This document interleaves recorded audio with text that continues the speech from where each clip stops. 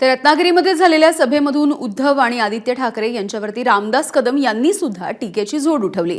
आम्ही मातोश्रीवरती खोके आणि मिठाईचे डबे पोहोचवलेत असं विधान रामदास कदम यांनी केलंय आणि आम्ही जर तोंड उघडलं तर ठाकरेंना देश सोडून पळून जावं लागेल असं खळबळजनक विधान सुद्धा रामदास कदम यांनी केलंय। तर आदित्य ठाकरेंवरती टीका करत असताना देखील रामदास कदम यांचा तोल सुटला हे बघायला मिळालं।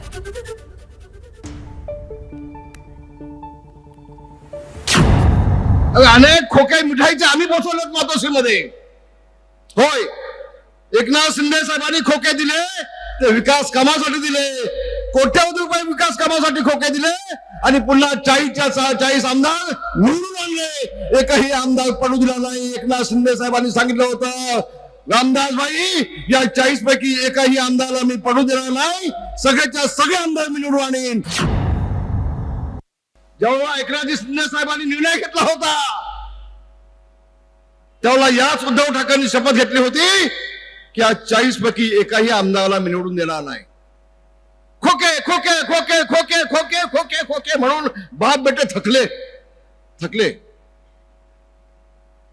ज्या दिवशी आम्ही तोंड उघडू ना, एकनाथ शिंदे आणि रामदास कदम उद्धव ठाकरेंना हा देश सोडून जायला लागेल, हे वास्तव आहे। 40 आमदारांमध्ये 10 मंत्री तुम्हाला सोडून का जात आहेत आणि ते एवढंच पिल्लू चला ते कोणते पिल्लू ते उद्धव ठाकरेचं काय ते पेगमिन एवढंच आपलं टुकटुक टुनटुन काय बोलतोय, मी अमुक करणार, मी याला इकडे येऊन देणार नाही, मी मंत्रालयाची पाणी चढून देणार नाही। अगं तुझी अवकात काय आहे? तुम्ही बाप बेटे आहात ना, तुम्हाला सगळं आयतं